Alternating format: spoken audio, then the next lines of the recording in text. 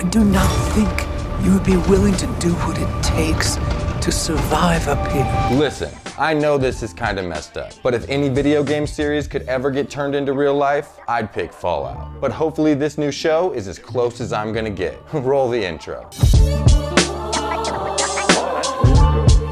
Okay, so there's really only one big worry whenever they turn a beloved video game series into a show or a movie. And that's that they'll mess it up like a Halo instead of making it amazing like a Last of Us. You all know what I mean. They need to just not add lore to the story. Be the sandbox. Live in the sandbox. Make love to the sandbox.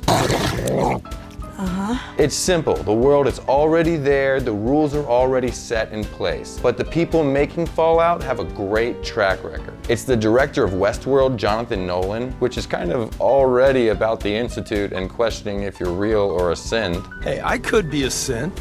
I could be the best damn synth that ever synthed. So we know it's going to be suspenseful. Obviously, Todd Howard, one of the creators of Fallout at Bethesda, we gotta have him. He understands the hardships and the perks that come along with the Fallout sandbox. He'll get the humor that Fallout has always had hidden behind all the death in the wasteland. Tunnel snakes rule. And of course, Amazon Studios, who brought us The Boys, so I at least have faith in that. They spent a lot of money on shows like Ring of Power, which I thought was underrated, and hopefully season 2 will make it a little easier to follow. For real, the only show that's harder to follow than that is The Foundation, but that's another video. I'm also not gonna entertain the idea that just because there's a female lead in a show that will somehow make it worse, or that it's some sort of political move. More than likely, there will be so much testosterone packed into this show that you won't even notice that she's a woman. Think about it, Maggie was one of your favorite characters from The Walking Dead, enough to basically make her the main character and eventually give her own spin-off. And get this, the Fallout games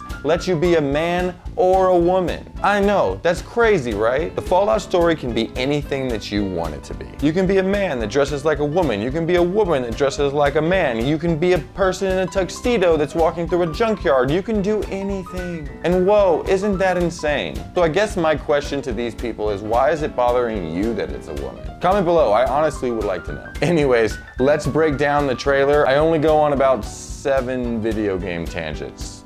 Sorry in advance. We begin by seeing a classic sight. Some might say a sight that gives you the warm feeling of home. I mean, maybe Codsworth is waiting just down the hill. Charles Dickens walks into a bar and orders a martini. The bartender turns to him and asks, olive or twist? 2 vault dwellers in nice, clean uniforms walk towards the gate. One looks like she's packed up for a long journey. I know that I've lived a relatively comfortable life. Now, all vaults are different. Most of them are used as isolation experiments all around the country. But it seems like one reoccurring rule is that once you leave, you're now contaminated. So no takesies backsies. Stop right there. I don't know how you got in here, but hold on. Generally, vault dwellers think that you die in seconds if you left the vault. Kind of like the Apple TV show Silo, but again, that's another video. Comment below if you'd like to see it. We find out that our lone wanderer's name is Lucy when someone tries to stop her. Stop! Lucy! I told you her name was Lucy, why would I lie? But Lucy goes anyways for reasons that we don't know. Maybe she's looking for her father, or maybe even her son. You're not going anywhere with me. You're not my son. She's from Vault 33, a new vault, a West Coast vault, and this one has a Cyclops for an overseer. And grabbed a moldy one. So that's pretty new. What could be the experiment in Vault 33? Comment below with your theories. You can see the instant look of regret on her face, but she's got to move forward, I guess. They give us a look at what's left of Santa Monica as a man urges Lucy to go home. Vault dwellers are an endangered species. I don't know if you've noticed, but we've 6-tupled in size in the last 2 weeks. I like that. Let's keep that going. But for real, I want to keep bringing you quality content, and I love your comments and conversations. Well, most of the time. But if you're not a subscriber, maybe now's the perfect time to click that button. Alright, let's get back to the video. I mean, it seems like everything but the radroaches are an endangered species. Speaking of radroaches, there's one in the window. For those of you who haven't played the game, radroaches are the easiest enemy and normally encountered very early in the game. At that point, your character is probably very low in the perks department, so 2 or 3 of them can be a bit stressful if it's your first time. If you have a companion, just let them do it. Also, if you have some radaway, a radroach can be some good eating. I do not think you would be willing to do what it takes to to survive up here. Lucy is spooked by a tumbleweed, so I have a feeling that her first day out of the vault isn't gonna go so well. If you insist on staying, then you will have to adapt. The Brotherhood of Steel takes off in their vertibirds. They're on a semi-religious, definitely power-hungry military mission to preserve the technology lost after October 23rd, 2077, the day the nukes hit. War never changes. Keep in mind that technology is a little bit different in the Fallout universe. Mankind never invented transistor technology like we use on our own little sacred timeline. They made everything using nuclear technology.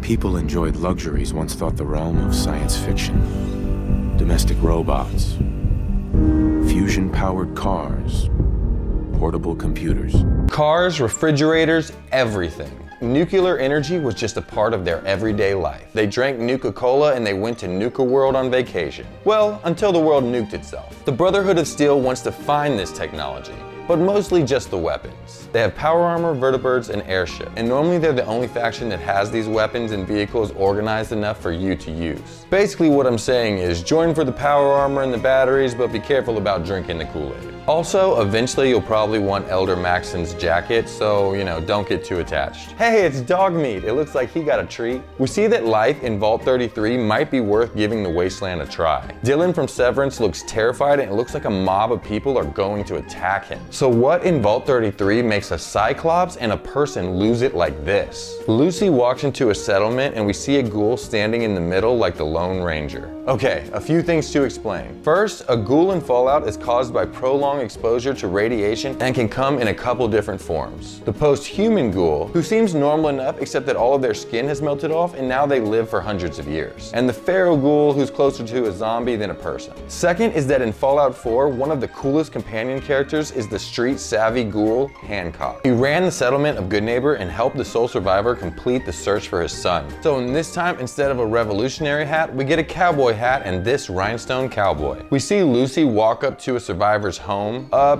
pantsless survivor. Can't imagine that's gonna go well. And a turret tries to kill Dogmeat and whoever's holding his leash. Seems like a scientist, but I know if you hit my Dogmeat, I immediately throw a flare. No questions asked. A flare sends artillery fire from a Minuteman settlement if you set it up. A Codsworth robot pushes a gurney in front of a sign for dairy fresh ice cream. That must be annoying to see, knowing that you will never have that ice cream, or any ice cream for that matter. Kyle MacLachlan looks desperately at Lucy from the other side of a window, so maybe she is going out to look for her father. The Brotherhood looks like it's taking that artillery fire that I told you about. Full retreat, you dummies! Oh no, they ran into a Yagwai, a huge radioactive bear that is just as mean as it is ugly. This is definitely something you want to encounter later in the game. They're not easy to beat until you're ready for it, which takes many, many hours. There's someone Forrest Gump running through the wasteland. I hope everything's okay. Okay, this is terrifying. It looks like a gulper. No, not your mom. You can find them on the coast in Fallout 4. They aren't extremely hard to beat, but they're quick and can pack a punch depending on which class of gulper you come across. But I think I'd just run away if I saw this thing. Last, we get a shot of the rhinestone cowboy getting on his horse with a young girl right before the bombs go off. I've been good.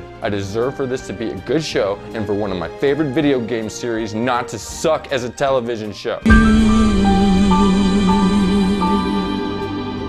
Hey, I'm stuck in this box until we get 10,000 subscribers. Please help me get out of the box. Please? Please?